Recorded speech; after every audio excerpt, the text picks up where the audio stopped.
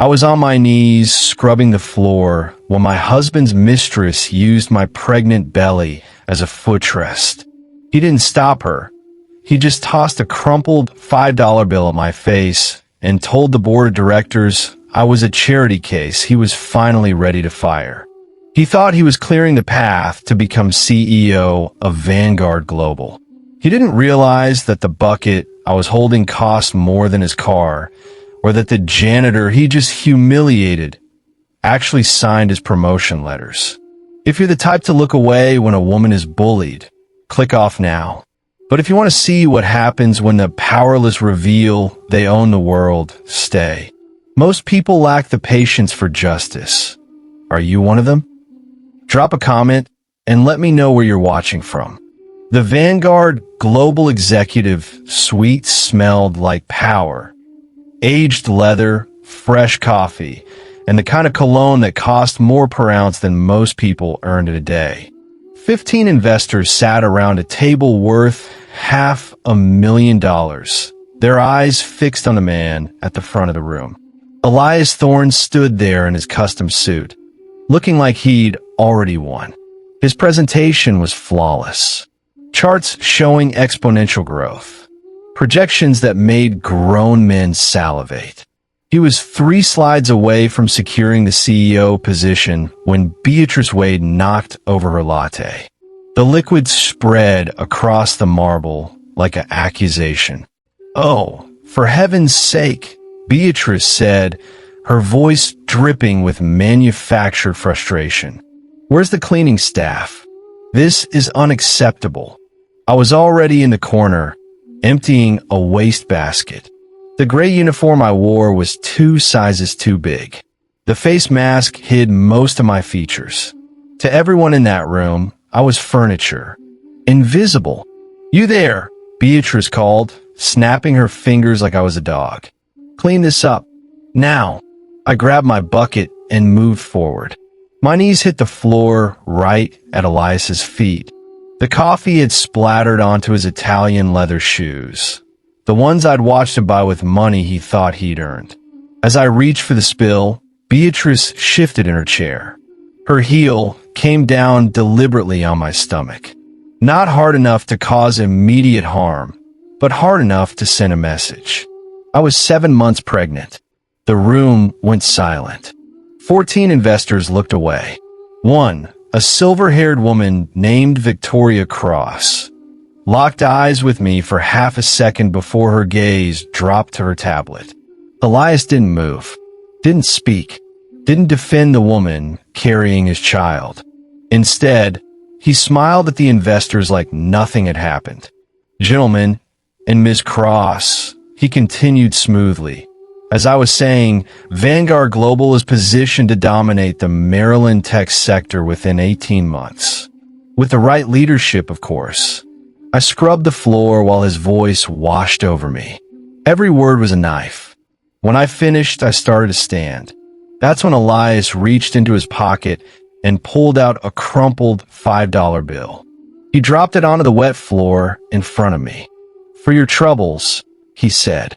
Then he looked at the investors with an expression of practiced sympathy. "We try to give back to the community. This woman is part of a local charity program. Unfortunately, her performance has been lacking." Beatrice covered her mouth to hide a smile. "In fact," Elias continued, "I've been meaning to address this. Effective immediately, we're terminating her contract. We need professionals in this building, not charity cases." My hand tightened on the bucket handle. The metal was imported titanium, custom-made, worth more than the car Elias leased to impress clients. None of them knew that. None of them could see past the gray uniform. "Elias," I said quietly. My voice was muffled by the mask, but he heard me. His eyes narrowed. For just a moment, I saw recognition flicker across his face. Then it was gone, replaced by irritation. "Security," he called, not breaking eye contact with me. "Please escort this woman out, and make sure she returns any company property before she leaves." Two guards appeared in the doorway. They looked uncomfortable, but they moved toward me anyway. That's when I reached into my apron pocket. The phone I pulled out was sleek, black, and encrypted with technology most governments couldn't access. The investors recognized it immediately. It was a Whitmore Secure. Only 300 existed in the world, and each one cost more than a luxury car. Elias's presentation froze mid-sentence. I dialed number on speaker. It rang twice. Ms. Whitmore, a voice answered. We've been waiting for your signal. I looked directly at Elias. His face had gone pale. The test is over, I said clearly. Burn it all down. The screens in the boardroom flickered. Elias's presentation disappeared, replaced by the Whitmore global crest, a phoenix rising from flames. Then came the words that would destroy him. Emergency ownership disclosure. Victoria Cross set down her tablet and looked at me with something between horror and respect. Elias's mouth opened, but no sound came out. Beatrice's heel was still on my stomach. I placed my hand over it gently and pushed it away. She stumbled backward, her confidence crumbling. I stood up slowly. The bucket stayed on the floor. The $5 bill floated in the dirty water. You forgot something, Elias, I said, removing my face mask. You forgot to ask who signs your paychecks. 18 months before that boardroom became a battlefield, I sat in a hospital room that cost $12,000 a night. My father's hand was cold in mine. Theodore Whitmore had built Vanguard Global from nothing. He turned a garage startup into a billion-dollar empire. But cancer didn't care about net worth. Caliph, he whispered, his voice barely there. Come closer. I leaned in. The machines around us beeped their steady rhythm. The soundtrack of a life slipping away. You're going to inherit everything, he said. The company, the houses, the trust funds, all of it. Dad, don't. Listen. His grip tightened with surprising strength. You're brilliant. You're kind. And people will destroy you for both those things if you let them. He pulled a folder from beneath his pillow. Inside were documents I didn't understand. Legal terms, corporate structures, names of law firms I'd never heard of. This is the Whitmore Protocol, he said. A blind trust. Shell corporations. Encrypted accounts. It makes you disappear on paper while keeping you in control of everything. Why would I need to disappear? His eyes met mine, and I saw fear there. Real fear from a man who'd never been afraid of anything. Because I didn't die from cancer, sweetheart. I'm dying from poison. The room tilted. What? Someone in the company has been dosing my coffee for 6 months. The doctors confirmed it 3 days ago. Corporate espionage. They wanted control of Vanguard before the Apex merger. My hand shook. Ooh, I don't know. That's the problem. He coughed, and blood flecked his lips. That's why you need to test them. All of them. Hide your wealth. Live like you're nobody. Watch who treats you with kindness when they think you have nothing to offer. Dad, this is insane. Promise me. His voice cracked. Promise me you'll find out who's real and who's a shark. Don't let them take what we built. I promised. He died 4 hours later. The funeral was massive. Politicians, tech moguls, people who'd never spoken to my father suddenly couldn't stop praising him. I watched them all with new eyes. 1 week after the burial, I activated the Whitmore Protocol. My billion-dollar trust vanished into offshore accounts. My name disappeared from corporate registries. Caliph Whitmore, heiress, ceased to exist on paper. In her place was Caliph Blake, freelance data analyst, struggling to pay student loans, living in a 600-square-foot apartment in Baltimore's cheapest neighborhood. I bought furniture from thrift stores, wore clothes from Target, took the bus to job interviews I didn't need. And I waited. 3 months later, I met Elias Thorne at a coffee shop. He was handsome, charming, working on his MBA while juggling 2 jobs. He told me about his dreams of changing the tech industry, about wanting to build something meaningful. He paid for my coffee, even though I could see his wallet was nearly empty. "Let me get the next one," I'd said. "No way," he'd replied with that smile. My mom raised me better than that. We talked for 3 hours. He never once asked about my job or my money. He wanted to know about my favorite books, my childhood, what made me laugh. I fell in love with him that afternoon. 6 months later, we were married at City Hall. He cried when I said yes. I believed every tear. But on our wedding night, while he slept, I couldn't resist. I opened his laptop. There, buried in a folder labeled networking, was a file I'd never seen before. The file name was Whitmore Targets. Inside was a dossier, photos of my father, articles about Vanguard Global, and a handwritten note, confirmed daughter's identity, estimated inheritance, $2 billion plus. Timeline, 6 to 12 months. The date on the file was 3 weeks before we met. My hands went numb. Elias stirred in bed. "Babe, you coming back?" I closed the laptop, smiled, climbed back into bed next to the man who might have been hunting my fortune from the very beginning. "Just checking work emails," I lied. He kissed my forehead. "You worked too hard." I held him close and made a decision. The test wasn't over. It was just beginning. Our apartment was small. 1 bedroom, thin walls. The couple next door fought every Thursday like clockwork. Elias hated it. "It's temporary," he'd say, staring at the water-stained ceiling. "Once I finish my MBA, we'll move somewhere better." "I like it here," I'd lie. The truth was, I owned a penthouse in Manhattan I'd never seen, a villa in Monaco, properties in 12 countries. But I scrubbed dishes in a kitchen where the faucet leaked. At night, after Elias fell asleep, I'd open my encrypted laptop.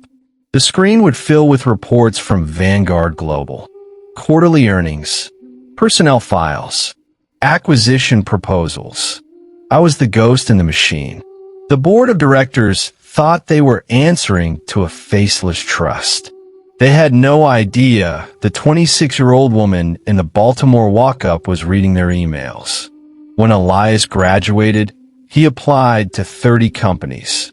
Vanguard Global offered him a position within a week. He came home with champagne we couldn't afford. "This is the K," he'd said, his eyes shining. "This is the break we've been waiting for." I'd smiled and toasted with him. What I didn't tell him was that I'd personally pushed his resume to the top of the stack. I'd instructed HR to offer him $70,000 a year, high enough to change his life, low enough not to raise suspicion. His first day at Vanguard, I watched him through security cameras I wasn't supposed to access. He looked so happy, so proud. For a moment, I thought maybe the file had been wrong. Maybe he really did love me. Then Beatrice Wade walked into his orientation session. She was beautiful, powerful, senior vice president of acquisitions. And according to my father's old notes, she'd been one of his fiercest rivals before joining the company. I watched Elias's face when she introduced herself. The way his posture changed. The way he laughed at her jokes, just a little too enthusiastically. 3 months into his new job, Elias started working late. "Big project," he'd explain, kissing me on the forehead before leaving at 7 p.m. and returning after midnight. His shirts started smelling like perfume. Expensive. French. The kind I recognized because I owned shares in the company that made it. I hired a private investigator. The photos arrived within a week. Elias and Beatrice at a restaurant I couldn't afford. His hand on her lower back. Her lips near his ear. I stared at those photos for hours, my hand on my stomach. I just found out I was pregnant. The next morning, Elias kissed me goodbye like nothing had changed. "Love you," he'd said. "Love you too," I'd replied. Both of us were lying. I started monitoring Beatrice's communications. That's when I discovered the truth. She wasn't just sleeping with my husband. She was using him. Her emails to an unknown recipient were clear. Target is compromised. Wife is a liability. Recommend liquidation post-merger. Liquidation. Like I was an asset to be sold off. I dug deeper into Beatrice's background. That's when I found it. She wasn't just a rival of my father's. She was the daughter of Marcus Wade, the CFO my father had fired 8 years ago for embezzlement. This wasn't an affair. It was revenge. And Elias was too blinded by ambition to see he was being used. I sat in our tiny apartment that night, listening to my husband's excuses about late meetings, and made a choice. If they wanted to liquidate me, I'd let them try. But first, I needed to see how far they'd go. I pulled out my phone and texted the head of Vanguard's janitorial services. "I need to apply for a position. Night shift. Executive floor. Can you make it happen quietly?" The response came immediately. "Consider it done, Ms. Whitmore." 3 days later, I started my training as a cleaning lady in the building I owned. Elias never noticed his pregnant wife was scrubbing floors 15 stories below his office. But I noticed everything, including the night he dropped his wedding ring in the trash and told Beatrice, "I won't need this where I'm going." The night shift at Vanguard Global started at 10 p.m. Most of the executives were gone by then, but not all of them. My supervisor, a woman named Rosa who'd worked for my father for 15 years, showed me the routes. Executive floor, conference rooms, private offices. "You ever cleaned before?" she asked, knowing full well who I was. "I'm a fast learner," I replied. She handed me a bucket, a mop, and a master key card that opened every door in the building. "Don't get caught," she said quietly. "And don't forget to check the trash cans. People throw away the most interesting things." The first week was reconnaissance. I learned which offices had cameras and which had blind spots. I memorized schedules. I figured out that Elias stayed late every Tuesday and Thursday, the same nights Beatrice worked late. The second week, I started listening. Cleaning carts are loud. People ignore them. You can park one right outside a conference room, and no one questions why you're there. That's how I heard Elias on a phone call with someone he called the buyer. "The Apex merger is worth $800 million, he was saying. "If we can siphon off just 5% during the transition, that's $40 million. Clean, untraceable." My hands froze on the mop handle. He wasn't just cheating on me. He was stealing from the pension funds of 20,000 Vanguard employees. "The wife won't be a problem," he continued. "She'll sign whatever I put in front of her. She's too naive to ask questions." I kept mopping, kept breathing, kept my face neutral, even though rage was burning through my veins. The third week, I got bolder. I started cleaning Elias's office while he was in it. He never looked up, never acknowledged me. I was invisible. One night, while emptying his trash can, I found a burner phone. The messages on it were deleted, but I photographed the device and sent the image to my cybersecurity team. They cracked it within an hour. The messages confirmed everything. Elias and Beatrice were planning to frame the merger fraud on the current CEO, a man named Gerald Hastings who'd mentor my father. They'd take control of Vanguard, liquidate assets, and disappear to a country without extradition. And me? According to their timeline, I'd be removed from the equation 2 weeks after the merger closed. I didn't know if removed meant divorce or something worse. I didn't want to find out. The fourth week, something unexpected happened. I was cleaning the executive boardroom after a late meeting when one of the investors walked back in. Victoria Cross, 60 years old, silver hair, steel eyes. She looked at me for a long moment. "You're doing a good job," she said. "Thank you, ma'am." She moved closer, lowered her voice. "Your father was a good man. He deserved better than what happened to him." My heart stopped. Don't insult me by pretending," Victoria said. "I've known you since you were 8 years old. You gave me a drawing of a robot at the company Christmas party. I still have it." I stared at her. "Does Elias know?" she asked. "No." "Good. Keep it that way." She pulled out a business card and tucked it into my apron. "When you're ready to burn it all down, call me. I'll make sure the right people are in that room." She walked out without another word. I looked at the card. It had one sentence. "Justice delayed is not justice denied." The 5th week was the hardest. I was cleaning the executive bathroom when I felt a sharp pain in my abdomen. The baby. Something was wrong. I called Elias. 4 times. He didn't answer. I called Beatrice's desk line. She picked up on the first ring. "Vanguard Global, Beatrice Wade speaking." I could hear Elias laughing in the background. "This is the janitorial service," I said, disguising my voice. "There's been a spill in the executive lounge. It needs immediate attention." "Handle it yourself," she snapped. "That's what we pay you for." She hung up. I sat on the bathroom floor, my hand on my stomach, and realized something fundamental had shifted. I wasn't testing Elias anymore. I was gathering evidence for his destruction. The pain subsided after 20 minutes. The baby was okay, but I wasn't. I called Rosa. She drove me to the hospital. The doctor said it was stress, told me to rest. I went back to work the next night, because the 6th week was when everything came together. I found the offshore account numbers, the fabricated invoices, the shell companies designed to hide the stolen pension funds. And I found the escape plan. 2 tickets to the Cayman Islands, dated 1 week after the Apex merger closed. Elias had booked them under fake names. Mr. and Mrs. Sterling.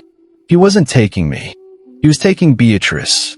I photographed everything, uploaded it to encrypted servers in 3 countries, built a legal case that would bury both of them. Then I went home to our tiny apartment and made dinner like nothing had changed. Elias came home late, smelling like her perfume. "How was your day?" I asked. "Exhausting," he said, "but worth it. Big things are happening, Kay. Our lives are about to change." "I believe you," I said. And I did, just not in the way he thought. That night, while he slept, I made the final arrangements. The investor gala was in 72 hours. Beatrice would spill her coffee. Elias would choose his future, and I would show him exactly what he'd lost. I looked at his wedding ring in the trash can, the one he'd thrown away while I watched from the shadows. "I won't need this where I'm going," he'd said. Neither would I. 60 hours before the gala, I woke up bleeding. Not much, just enough to send terror through every nerve in my body. I was alone. Elias had texted at 6 a.m., "Early meeting. Don't wait up tonight." The clinic was 3 blocks from our apartment. I walked there in the cold, my hand pressed against my stomach, whispering promises to the baby inside me. "I've got you," I kept saying. "I won't let anything happen to you." The doctor was kind.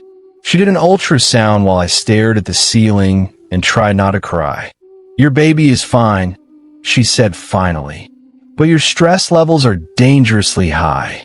Have you been getting enough rest?" I almost laughed. Rest. While working night shifts to spy on my husband's corporate fraud. While building a legal case that would destroy the father of my child. While pretending to be poor when I could buy the hospital we were sitting in. "I'll try," I said. She didn't believe me. "Ms. Blake," she said gently, "I'm going to be direct. If you don't reduce your stress, You could go into early labor. Your baby could have complications. This isn't a suggestion. It's a medical necessity. I nodded, thanked her, walked out into the cold. My phone buzzed. A text from Elias, staying at the office again. Big presentation coming up. Love you. I called him anyway.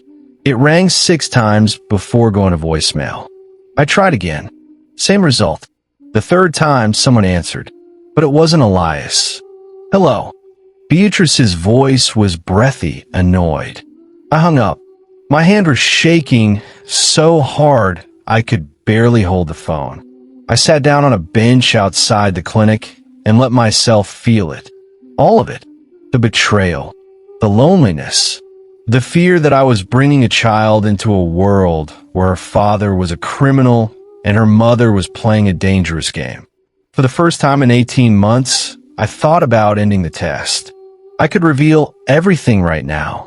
Walk into Vanguard as Caliph Whitmore. Fire Elias. Have him arrested. Move on with my life. But then what? He'd claim he didn't know who I was. He'd say I'd lied to him, manipulated him, set him up. The media would eat it alive. My daughter would grow up reading headlines about her mother, the trillionaire psychopath who ruined her father's life. No, the test had to finish. But it had to finish on my terms, with witnesses who couldn't be denied. That's when I called Victoria Cross. It's time, I said. The gala. Yes, but I need you to do something for me first. 48 hours before the gala, a team of forensic accountants I'd hired presented their findings to Victoria and 2 other board members I trusted. The evidence was overwhelming. Elias Thorne and Beatrice Wade had embezzled $43 million from employee pension funds. They created shell companies, falsified invoices, routed money through offshore accounts, and they'd done it all using access Elias gained through his marriage to me. This is enough to put them both in prison for 20 years, Victoria said, her face grim. I don't want them in prison, I replied. Not yet. Then what do you want? I want them to confess in front of the entire board. I want them to show everyone who they really are. And then I want justice. Victoria studied me for a long moment. You know this could destroy you too. The media will ask why you didn't stop it sooner. Let them ask. 36 hours before the gala, I received a message on my encrypted phone. It was from an unknown number. We know who you are. If you don't back off, your baby won't make it to term. I stared at the message for a full minute. Then I forwarded it to my head of security. His response was immediate. Traced. Beatrice Wade's burner phone. Do you want us to intervene? No, I typed back. Let her think she's winning. 24 hours before the gala, Elias came home early. He had flowers, cheap ones from the grocery store, but he was trying. I've been a terrible husband, he said. I know that. But after this week, everything changes. I'm getting promoted. We'll finally have the life we deserve. He put his hand on my stomach. Felt the baby kick. She's strong, he said, smiling. Like her mom. I wanted to scream. I wanted to show him the evidence. I wanted to ask him how he could steal from people while pretending to love me. Instead, I smiled back. I'm proud of you, I lied. That night, I packed a bag. Not for me. For afterward. Clothes for the baby. Legal documents. Passports. Because I knew that after tomorrow, nothing would ever be the same. 12 hours before the gala, I put on my janitor's uniform for the last time. Rosa met me at the service entrance. You sure about this? She asked. No, I admitted. But it's too late to stop now. She handed me the keys to the executive floor. Your father will be proud. Or terrified. Maybe both. I rode the elevator up, my heart pounding with every floor. When I reached the boardroom, I saw the setup. 15 chairs. Name cards for each investor. A podium for Elias's presentation. And in the corner, exactly where I'd requested, a coffee station where Beatrice would make her accidental spill. I cleaned the room one last time, checked the cameras, made sure everything was in place. Then I felt it, a sharp kick against my ribs. The baby, Grace. That's what I decided to name her. Tomorrow, I whispered, my hand on my stomach. Tomorrow, your mother becomes someone worth respecting. Someone who doesn't let fear win. The baby kicked again, harder this time. I took it as agreement. The phone in my hand weighed nothing, but the silence it created was crushing. Every investor in the room received the notification simultaneously. 15 tablets buzzed in perfect unison. 15 faces went from confusion to shock in the span of 3 seconds. Elias stood at the podium, his presentation frozen on the screen behind him. He looked at me, then at his phone, then back at me. "What did you just do?" His voice cracked. I didn't answer. Instead, I stood up, slowly, deliberately, the kind of standing that sheds a costume. I pulled off the cleaning apron, removed the face mask completely, let my hair fall from the tight bun I'd worn for 6 weeks. The room recognized me before Elias did. Victoria Cross stood first. Then the others followed, one by one, until all 15 investors were on their feet. Not for Elias. For me. "Ms. Whitmore," Victoria said, her voice steady but her eyes blazing with vindication. "We've been expecting your signal." Elias's face went white. "Whitmore? No, that's not. Caliph, what is she talking about?" The screens in the boardroom flickered. His presentation, 3 months of work, hundreds of slides, vanished. In its place appeared a crest, a phoenix rising from flames, the Whitmore global logo. Then came the words in bold letters, "Emergency ownership disclosure." Below it, a single line, "Caliph Whitmore, majority shareholder and CEO." "Gentlemen," I said, my voice filling the room in a way it never had when I was on my knees. "Allow me to properly introduce myself. I'm Caliph Whitmore, daughter of Theodore Whitmore, sole heir to Whitmore Global Industries, and the woman who's been signing your paycheck for the past 18 months. The door opened. 3 people entered. The first was a woman in a suit that cost more than Elias's car. Catherine Reeves, the most expensive attorney in Maryland. The kind of lawyer Elias had joked he'd hire someday when he made it big. Behind her were 2 security personnel. Not the building guards Elias knew. Private contractors. Former Secret Service. "Ms. Whitmore," Catherine said with a slight nod. "We're ready to proceed." Elias's mouth opened and closed like a fish drowning in air. "This is insane. Caliph, tell them this is a joke. Tell them." "Tell them what, Elias?" I moved toward the table, and the investors parted to let me through. That I'm a struggling freelancer? That I barely make rent? That the bucket I was just using to clean your mess cost $18,000 because it's made of aerospace-grade titanium? I reached the head of the table. The chair Elias had been eyeing for months. The CEO's chair. I sat down. Or should I tell them that every promotion you've received was authorized by me?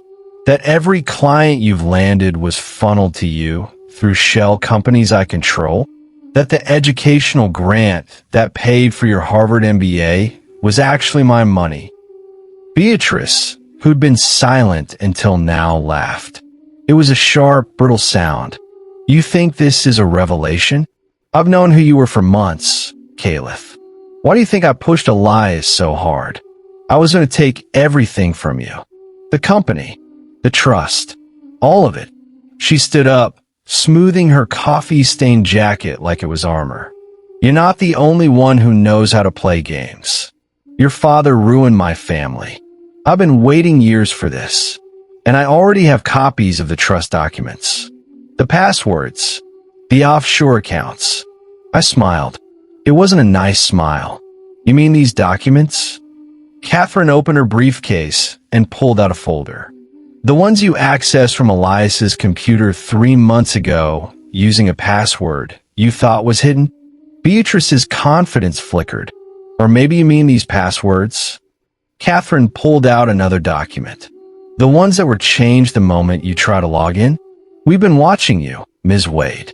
Every keystroke, every transfer attempt, every message to your contact in the Caymans. Beatrice sat down hard.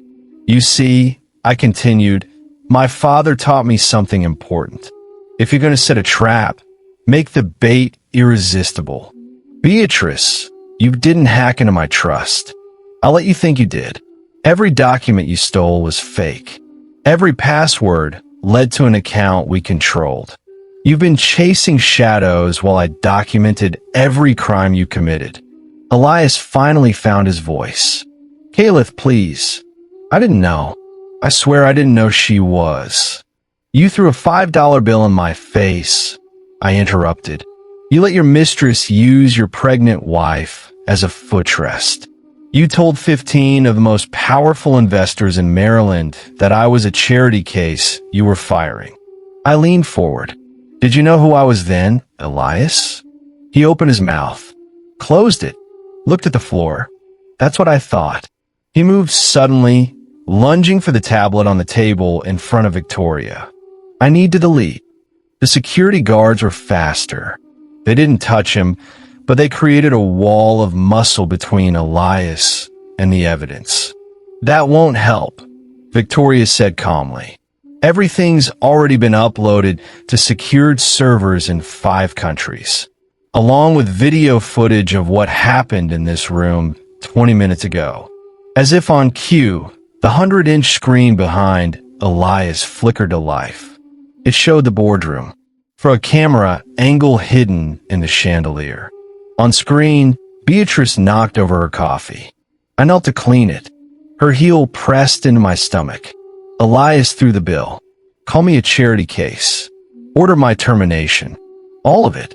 Recorded in 4K clarity.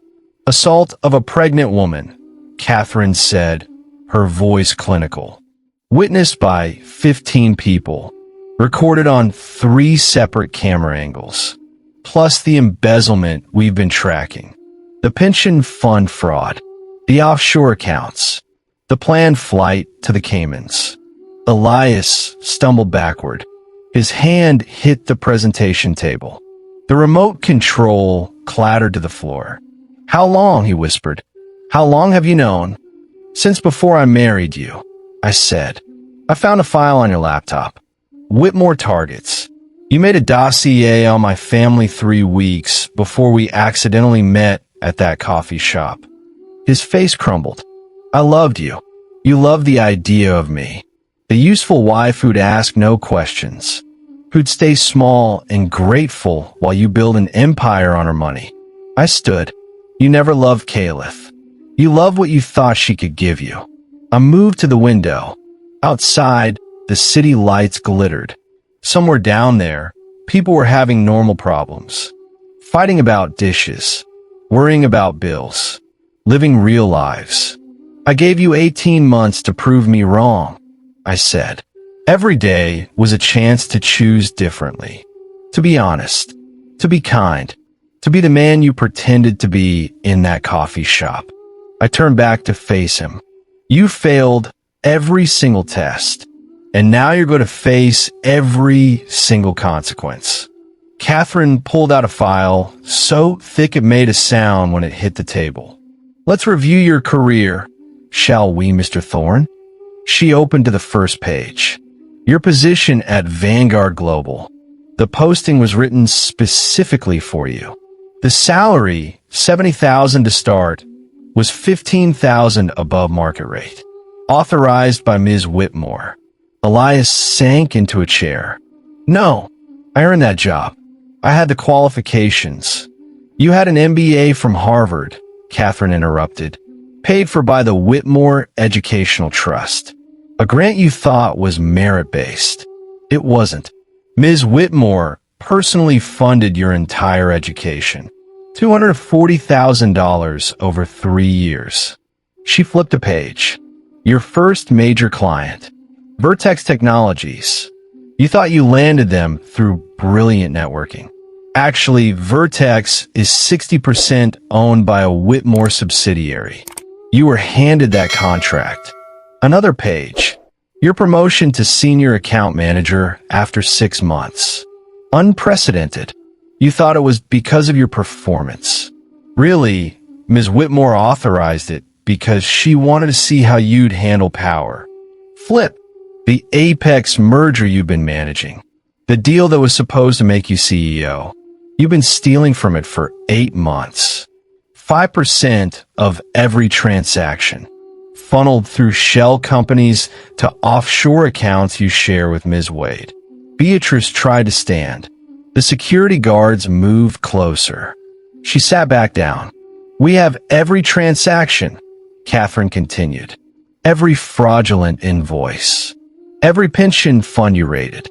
$43 million stolen from 20,000 Vanguard employees who trusted you. Elias's hands were shaking. I was going to pay it back. After the merger went through. You were going to flee the country, I said flatly. 2 tickets to the Caymans. Booked under the name Sterling. Your escape was scheduled for exactly 1 week after the merger closed. I pulled out my phone and displayed a photo. 2 passports. Fake names. His picture and Beatrice's. You were going to liquidate my assets, steal $43 million, and disappear with your mistress while I raised our child alone in a Baltimore walk-up. Victoria Cross finally spoke. Mr. Thorne, I'd like to clarify something. Ms. Whitmore didn't hire Ms. Wade to seduce you. She hired her to manage the Apex merger legitimately. We needed someone ruthless enough to navigate complex negotiations. She looked at Beatrice with disgust.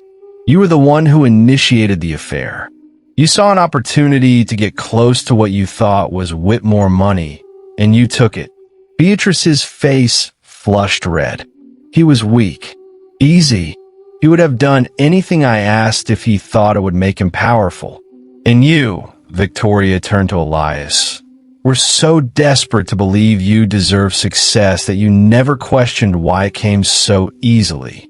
I moved to stand in front of Elias. He couldn't meet my eyes.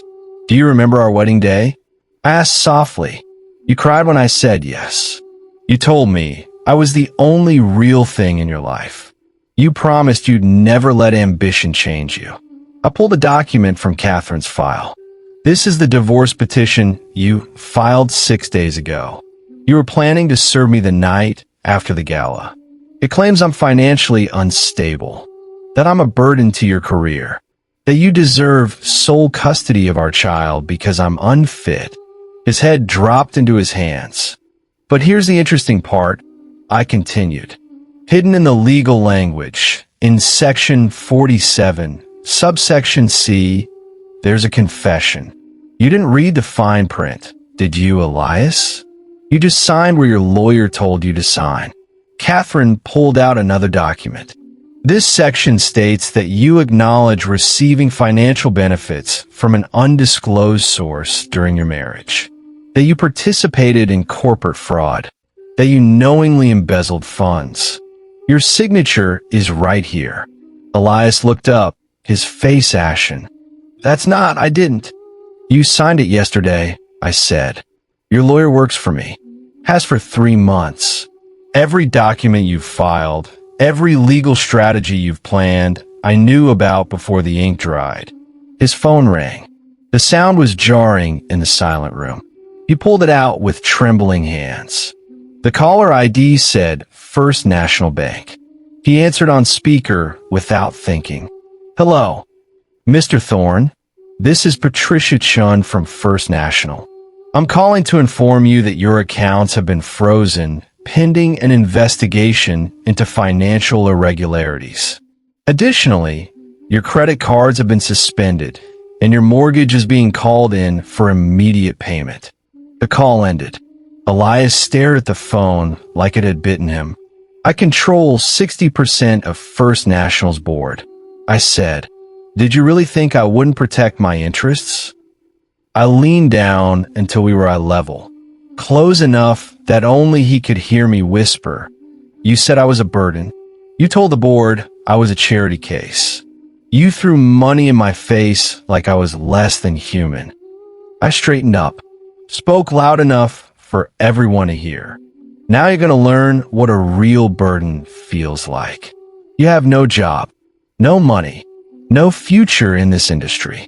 And most importantly, you have no one to blame but yourself. The investors shifted uncomfortably. One of them, a man named Richard Torres, cleared his throat. Ms. Whitmore, what about our positions? Our investments in Vanguard? I looked at each of them in turn. You sat there. You watched a pregnant woman get assaulted. You were willing to make this man your CEO as long as the numbers looked good. I pulled out 15 NDAs. You have two choices. Sign these agreements, promising to never discuss what happened here, and your investments remain secure. Or refuse, and Whitmore Global withdraws every dollar of capital from your funds by close of business tomorrow. They signed, all of them, within 5 minutes. If you're watching this and thinking it's just a story, you're the first person someone like Elias would target. Subscribers understand that these stories are blueprints for self-defense.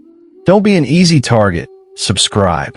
After the investors signed, Catherine pulled out one more file. This one was older, worn at the edges. There's something else you need to see, Mr. Thorne. She opened it to reveal a photograph. The image was 8 years old. A younger Elias, maybe 22, standing next to my father at a tech conference. Elias stared at it. How did you? My father mentored you, I said quietly. When you were still an undergraduate at Penn State. Before Harvard. Before you became this. I took the photo from Catherine. Studied it. In it, Elias looked hopeful. Genuine.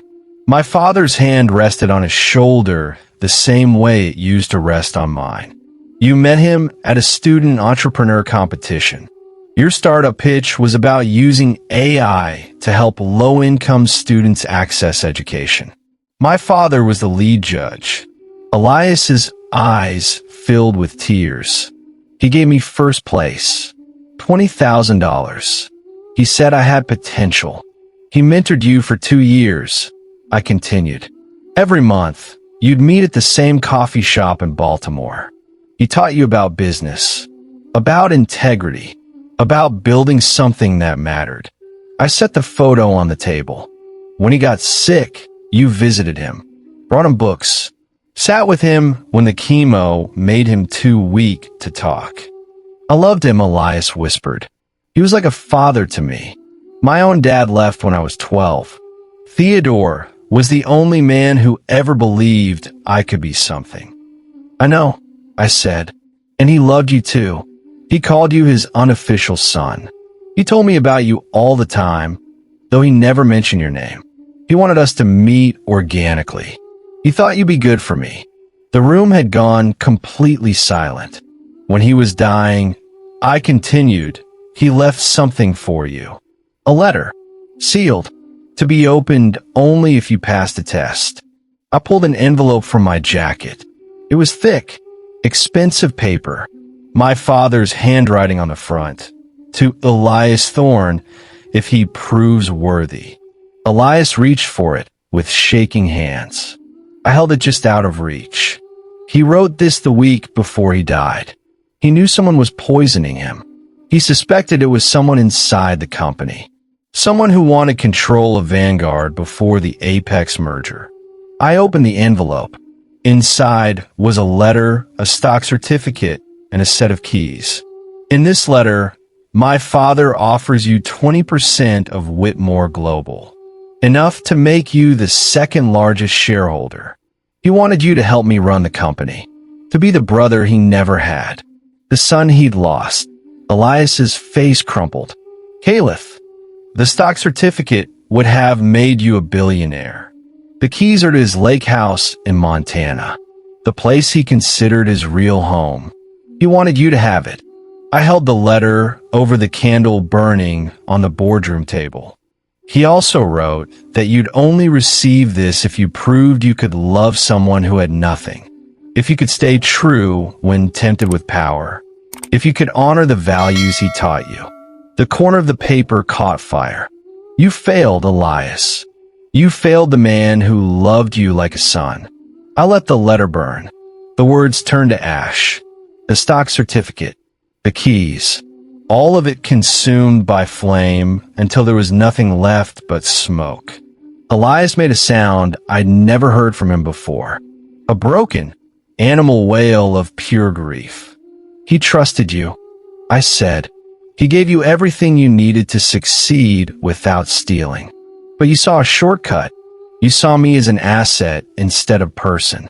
You saw Beatrice as a ladder instead of a liability. I dropped the ashes onto the table in front of him. You didn't just betray me, Elias. You betrayed the only father figure you ever had.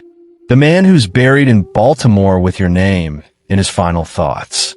Beatrice stood suddenly. I'm not listening to this. I'm leaving. She moved toward the door. It didn't open. She pulled harder. Pressed the emergency release. Nothing. The building is on lockdown, Catherine said calmly. By order of the CEO, no one leaves until the authorities arrive. What authorities? Beatrice demanded. That's when we heard them. Faint at first, then growing louder. Sirens. Through the floor-to-ceiling windows, we could see blue and red lights converging on Vanguard Global Headquarters. 6 police cars, 2 unmarked vehicles, a federal agent's SUV. Elias looked at me with absolute desperation. You call the police? I called the FBI. I corrected. Pension fund fraud is a federal crime. So is wire fraud, money laundering, conspiracy to commit embezzlement. The sirens were deafening now. My father spent his last days trying to figure out who was poisoning him. He never got the answer. But in researching his death, I found something else. A paper trail that led to Marcus Wade. I looked at Beatrice. Your father. The CFO my father fired for embezzlement. The man who swore he'd destroy the Whitmore legacy. Beatrice's face went white. Your father didn't poison mine. But he set you up to finish what he started. He gave you the contacts, the shell companies, the offshore infrastructure, all of it designed to hollow out Vanguard from the inside. The elevator dinged. Footsteps echoed in the hallway. You were his revenge, I said, and Elias was your weapon. The boardroom doors opened. Federal agents poured in, badges displayed. Beatrice Wade? Elias Thorne? You're both under arrest. The handcuffs clicked shut on Elias's wrists with a sound that seemed too loud for something so small. He didn't resist, didn't argue, just stood there while the federal agent read him his rights. You have the right to remain silent. Anything you say can and will be used against you in a court of law. Beatrice, on the other hand, fought. She screamed, called me every name she could think of. Threatened lawsuits, claimed entrapment. You set me up, she shrieked as 2 agents restrained her. You manipulated everything. I gave you an opportunity to be honest, I replied calmly. You chose fraud instead. They let her out first.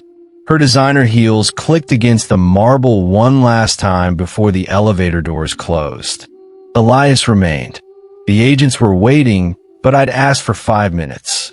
They granted it, though they stayed in the room. He looked at me, really looked at me, maybe for the first time in 18 months. I'm sorry, he said. His voice was hollow. I know that doesn't fix anything. I know it doesn't change what I did. But I need you to know I'm sorry. For what specifically? I asked. For the affair? The theft? The assault? Throwing money in my face? Planning to abandon our child? Be specific, Elias. He flinched at each item like I was hitting him. All of it, he whispered. I'm sorry for all of it. That's not an apology. That's regret at being caught. I moved closer. The agents tensed, but I waved them off. If I hadn't revealed myself today, what would you be doing right now? He didn't answer.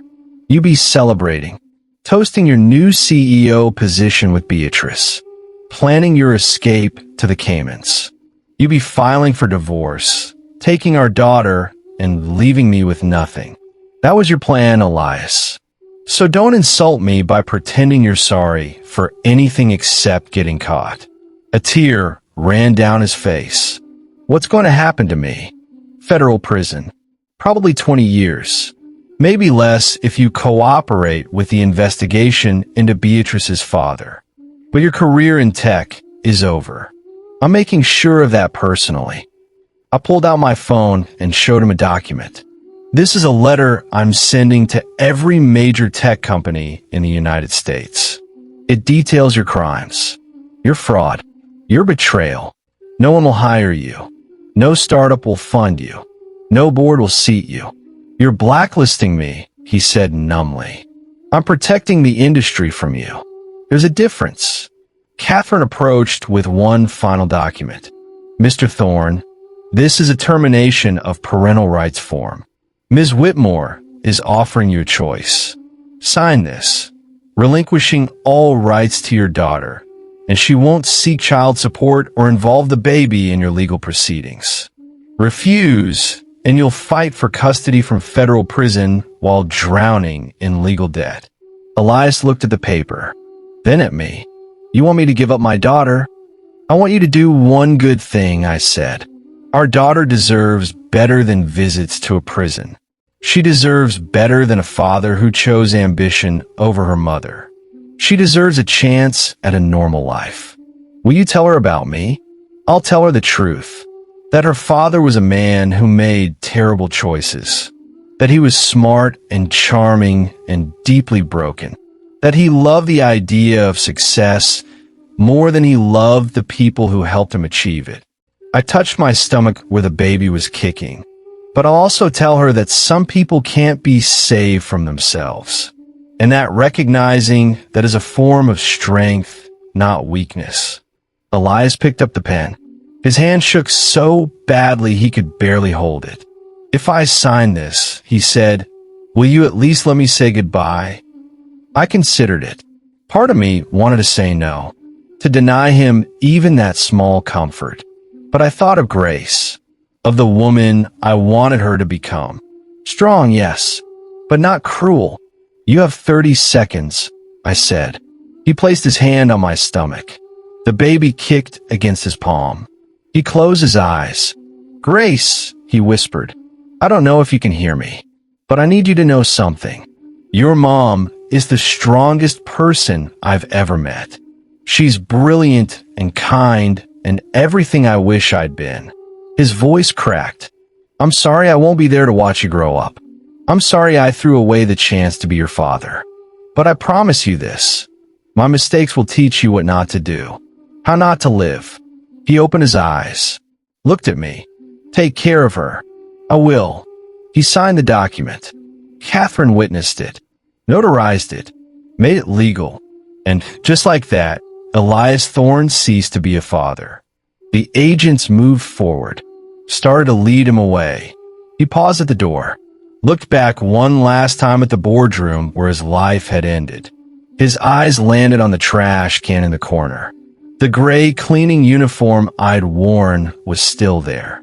The bucket, the apron, the last remnants of the woman who'd loved him before he destroyed everything.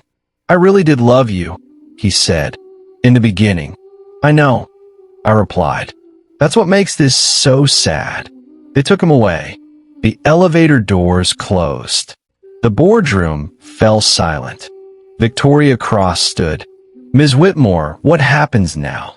I looked around at the 15 investors. At Catherine. At the evidence of everything I'd built and everything I'd lost. Now, I said, we rebuild. Better than before. 6 months later, I sat in a hospital room.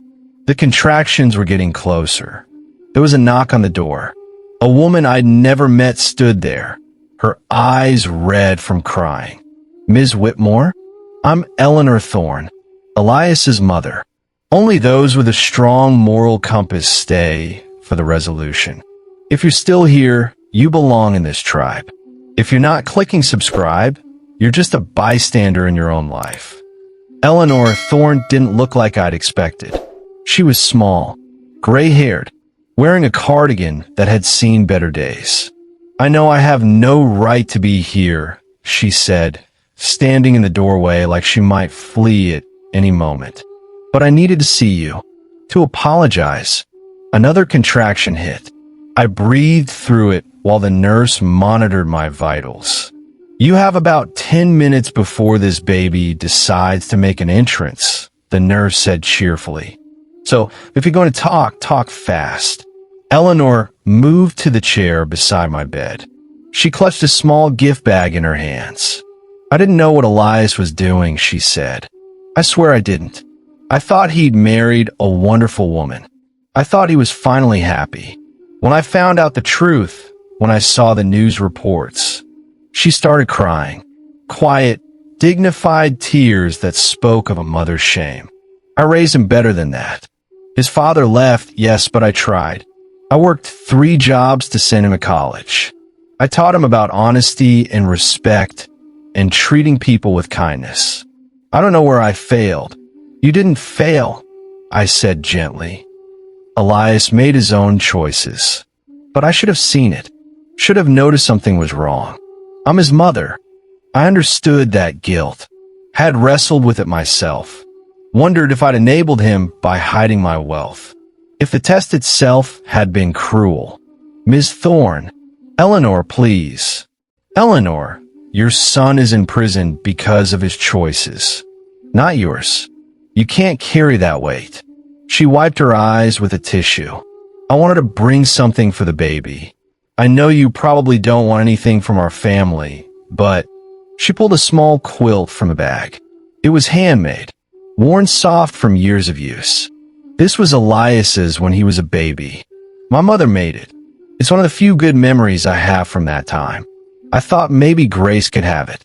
So she knows that even though her father failed, there were people in his life who tried to love him right. I took the quilt. It was beautiful. Faded blues and yellows stitched into a pattern of stars. Thank you, I said. I'll keep it for her. Another contraction. Stronger this time. Eleanor stood. I should go. But Ms. Whitmore, I want you to know something. What you did exposing him, making him face consequences, that wasn't cruelty. That was justice. And maybe in prison, he'll finally become the man he should have been all along. She left just as the doctor arrived. All right, Ms. Whitmore, he said, checking the monitors. It's time. Are you ready to meet your daughter? I thought about everything that led to this moment. The test, the betrayal, the revelation, the destruction. Yes, I said, I'm ready. Grace Whitmore came into the world at 3:47 a.m., weighing 7 pounds and 2 ounces. She had her father's eyes, but my grandmother's nose. When they placed her in my arms, everything else fell away. The company, the money, the revenge. None of it mattered as much as the tiny human looking up at me with total trust. Hello, Grace, I whispered. I'm your mom, and I promise you something right now.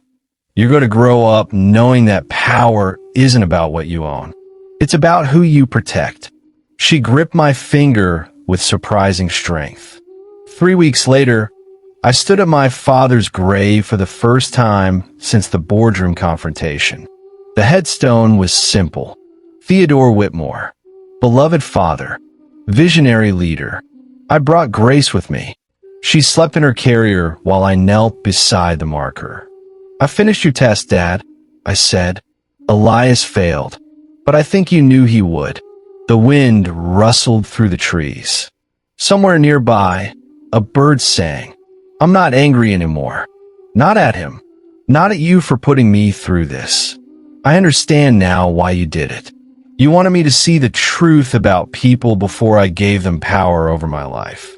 Grace stirred, made a small sound in her sleep. I'm turning Vanguard headquarters into a foundation. The Grace Whitmore Foundation for Women in Crisis. We're going to help women who've been abused, manipulated, or abandoned. Give them resources, legal support, a safe place to rebuild. I touched the headstone, and I'm naming the building after her. Not after me, or you, or the company. After the persona I created. The Cleaning Lady Memorial Building. Because she taught me more about humanity than all the boardrooms in the world. A text buzzed on my phone. Victoria Cross. Foundation paperwork is filed. We're operational next month. Your father would be proud. 600 miles away, in a federal prison library, a man sat reading a newspaper. The headline read, Tech heiress Caleth Whitmore launches foundation, names daughter Grace. Below was a photo, me holding Grace outside the Vanguard building, now bearing its new name. Elias Thorne stared at that photo for a long time. At the daughter he'd never hold. At the woman he'd lost. At the life he'd destroyed with his own hands. A guard approached. Thorne, you got a visitor. I'm not expecting anyone. Says she's from the Grace Whitmore Foundation. Something about educational programs for inmates. Elias folded the newspaper carefully. Stood. Followed the guard to the visitor center. The woman waiting wasn't Caleth. She was younger.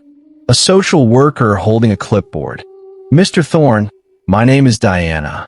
I'm here to discuss your eligibility for our rehabilitation program. Ms. Whitmore has authorized funding for inmates interested in genuine reform. It includes therapy, education, and job training for after release. Elias sat down slowly. Why would she do that? Diana smiled. Because she believes that even people who make terrible choices deserve a chance at redemption. Not forgiveness, not erasure of consequences, but a chance to become better. She slid the paperwork across the table. The program is voluntary. 15 years minimum, with progress reviews. If you complete it, Ms. Whitmore has arranged for placement in a nonprofit that helps at-risk youth. You be teaching them how to avoid the mistakes you made. She wants me to become a cautionary tale, Elias said. She wants you to become useful, Diana corrected. There's a difference. He looked at the paperwork, at the photos of other inmates who'd gone through the program, at the statement of purpose written in Caletha's words. Everyone deserves the chance I gave Elias. The chance to be tested. The chance to prove they're worth the investment. Whether they pass or fail is up to them. Back at my father's grave, I stood to leave. Grace was waking up, hungry and ready for her next feeding. I have to go, Dad, but I'll be back, and I'll bring Grace. She should know about her grandfather, about the man who built something from nothing and taught his daughter that power without wisdom is just tyranny. As I walked back to my car, I turned to look at the city skyline. Vanguard Global, now the Grace Whitmore Foundation, stood tall among the other buildings. But it didn't stand alone. It stood for something. I looked into the camera on my phone one last time.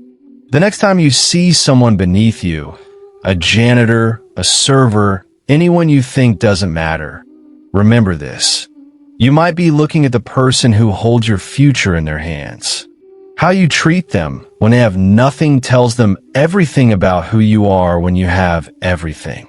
I strapped Grace in her car seat. She looked at me with those serious eyes. And you, my daughter, are going to learn something your father never did. Real power isn't about controlling others. It's about controlling yourself. It's about choosing kindness when cruelty would be easier. It's about building people up instead of tearing them down. She yawned, the kind of massive baby yawn that takes over their entire face. I laughed. Okay, philosophy lesson over. Let's get you home. As I drove away from the cemetery, the sun was rising over Baltimore. A new day, a new chapter, a new legacy, not built on revenge, but on grace. We've shown you the truth about power and character. If you're not subscribing now, you're choosing to miss out on the lessons that will define your future success. Don't be left behind. Hey there. Thank you so much for watching till the very end. We really appreciate your support. If you enjoyed this story, please don't forget to like the video, subscribe to the channel, and drop a comment below. We'd love to hear your thoughts. And guess what? The story doesn't end here. Click on the video right here on your screen to dive into another fascinating story. Trust me, you don't want to miss it. Once again, thanks for being a part of this amazing community. Until next time, stay curious and keep exploring stories that move you.